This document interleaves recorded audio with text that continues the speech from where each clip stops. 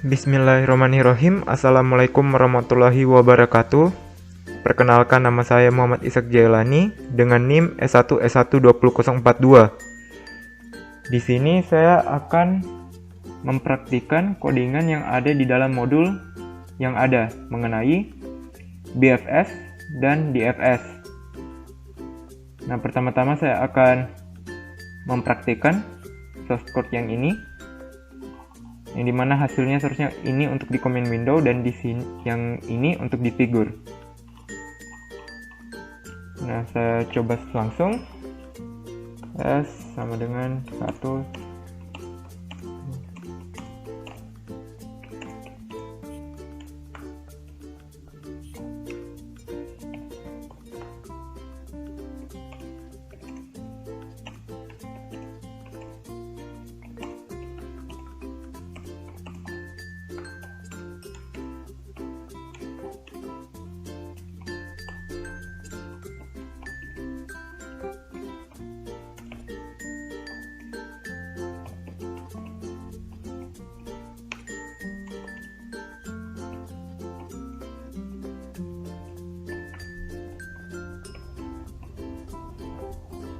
Nah, langsung kita jalankan. Nah, ini figurnya sama persis, dan untuk hasil di command window-nya kita lihat ini juga sama, 2 1 6 7 8 9 10 3 4 5. Nah, duanya ini tidak di screenshotkan, tapi seharusnya ada juga duanya. Nah, jadi begini. Di sini ada dua data.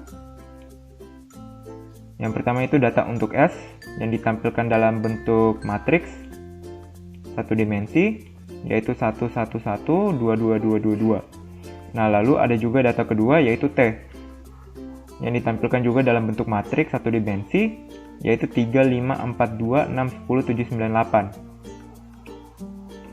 Nah, selanjutnya itu ada variabel G, yaitu graf yang menghubungkan antara data S dan data T. Jadi variabel S dan variabel T. Yang data yang ini dan data yang ini. Nah, tapi ini maksudnya gimana? Nah, jadi kalau misalkan kita lihat ya, yang tadi kita sudah jalankan. Saya perbesar dulu. Saya perbesar. Nah, kita lihat di sini 1. Habis itu ada di data S ya, di data S itu ada 1 1 1 1. Nah, di bawahnya yaitu data T itu ada 3 5 4 2. Nah, ini artinya adalah data 1 itu sebagai rootnya atau sebagai node yang tertingginya, seperti yang ada di figur. Nah, 3 5 4 2 itu merupakan turunan dari node 1. Jadi dari node 1 itu ada turunannya 3, 5, 4, 2. Oke. Nah, selanjutnya, untuk data yang selanjutnya 2, 2, 2, 2, 2. Nah, di bawahnya itu ada 6, 10, 7, 9, 8. Nah, berarti 6, 10, 7, 9, 8 itu adalah turunan dari node 2. Jadi seperti ini juga di figurnya. Di bawahnya node 2 itu ada 6, 7, 8, 9, 10. Seperti itu. Jadi kalau misalkan kita mau lihat bahwa ini turunan atau bukan, nah kita lihat di sini. Jadi yang pertama itu sebagai rootnya. Nah, ini turunannya 3, 5, 4, 2, 6. 3, 5, 4, 2. Nah, sementara kalau misalkan yang 6, 10, 7, 9, 8 itu turunan dari node 2. Nah, plot G ini untuk apa? Plot G ini untuk menampilkan figur yang ini. Jadi ini figur 1 ini hasilnya dari plot G. Jadi plot G itu, fungsi plot itu berfungsi untuk menampilkan variabel G ini yang graf S, T. Nah, kalau misalkan kita tidak tampilkan ya, misalkan kita kasih komen plot G-nya. Habis itu kita run ulang. Nah, ini tidak muncul ini figurnya. Nah, kalau misalkan kita tampilkan, kita tidak komen plotnya, nah ini baru muncul figurnya. Oke. Nah, selanjutnya untuk variabel V, yaitu bf search G,2. Nah, di sini fungsi bf search ini itu sama dengan bfs yang kita kenal. Jadi ini dia akan menampilkan data dari BFS dari G yang dimulai dari 2. Jadi BF search ini untuk menghitung BFS dari G yang dimulai dari 2. Jadi kalau kita lihat hasilnya, jadi kalau dimulai dari 2, itu 2, habis itu 1, habis itu 6, 7, 8, 9, 10, habis itu 3, 4, 5. Karena memang seperti itu kan kalau misalkan BFS, jadi dia melebar dulu. Jadi dia ke 1 dulu, habis itu ke 6, habis itu ke 7, habis itu ke 8, habis itu ke 9, habis itu ke 10, habis itu ke 3, 4, 5. Jadi sesuai dengan BFS yang kita kenal. Nah, selanjutnya kalau misalkan untuk DFS, itu kita hanya perlu ganti ini dari BF search menjadi DF search. Nah, kalau kita tampilkan, kita ulang. Nah, ini figurnya hampir sama hasilnya, tapi perbedaannya ada di command window. Kalau misalkan BF search itu kan dia melebar ke tetangga-tetangganya, jadi dia tidak memulai dari kiri seperti DFS. Sementara kalau DFS itu dia memulai dari kiri. Jadi kalau misalkan ini 2, 1, 3, 4, 5, habis itu baru 6, 7, 8, 9, 10. Jadi dia mulai dari kiri dulu, 2, 1, 3, habis itu ke 4, habis itu ke 5, habis itu dibacalah yang kedua, 6, 7, 8, 9, 10. Nah, coba kalau kita ganti dari df search G,2 menjadi G,3. Habis itu kita run ulang.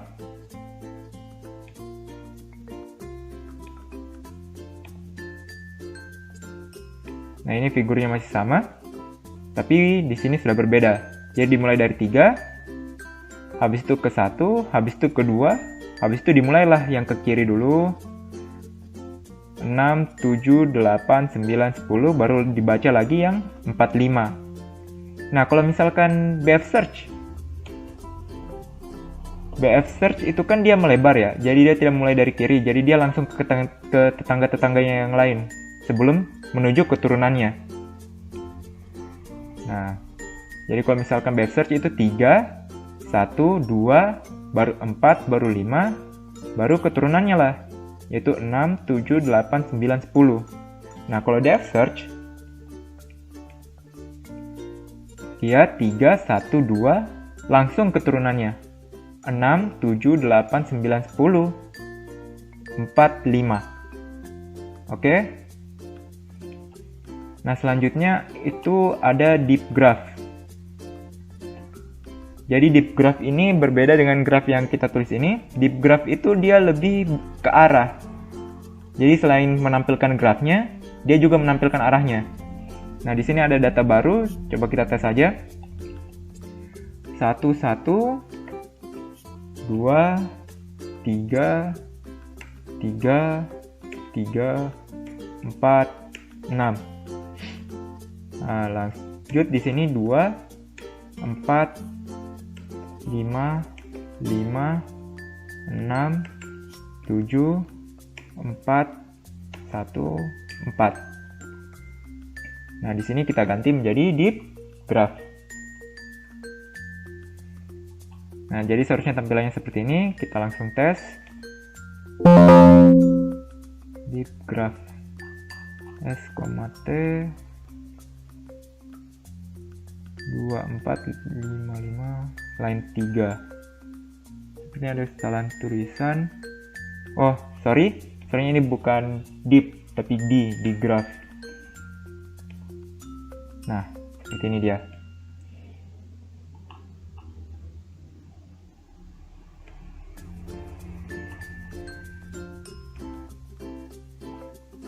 Tapi kita mulai dulu dari BF search lah, sesuai yang ada di modul. Kita mulai dari BF search, lalu kita mulai dari G,2 di graph .gv. Nah, seperti ini. Jadi kalau misalkan graph yang sebelumnya itu hanya menampilkan grafnya saja, tapi kalau di graph itu sudah menampilkan juga dengan arahnya. Jadi seperti ini. Kalau kita sudah plot G, kita sudah tampilkan figurnya. Nah, di sini kita lihat V sama dengan BF search G,2. Nah, tapi di sini tampilannya 25. Kalau yang tadi itu kan langsung semua ya. Kalau misalkan kita tidak tampilkan ya, kita coba tes ulang. Nah, ini 21 5, 4, 3, 6, 7. Nah, sementara kalau kita tampilkan di graph, itu langsung menampilkan 25. Nah, jadi ini artinya adalah node yang kedua itu mengarah ke 5. Dapat mengarah ke 5. Jadi satu-satunya node arah yang bisa dituju oleh node 2 itu 5. Nah, kalau misalkan kita pakai 1 di sini, ini berarti ada bisa 1, 2, 4, 5. Nah, seperti yang kita lihat di figurnya, itu ada 2, dari 1 bisa ke 2. Coba saya kasih besar dulu. Perbesar. Nah, jadi 1 bisa ke 2, 1 bisa ke 4, 1 juga bisa ke 5. Coba kalau kita lihat 5, yang dimana tidak ada ini yang kita lihat di figurnya yang dapat mengarah ke node manapun, itu tidak bisa. Jadi kalau misalkan kita tulis 5, nah ini hanya bisa 5. Karena memang node 5 itu tidak bisa mengarah ke node manapun. Nah, kalau misalkan kita tampilkan yang ketiga,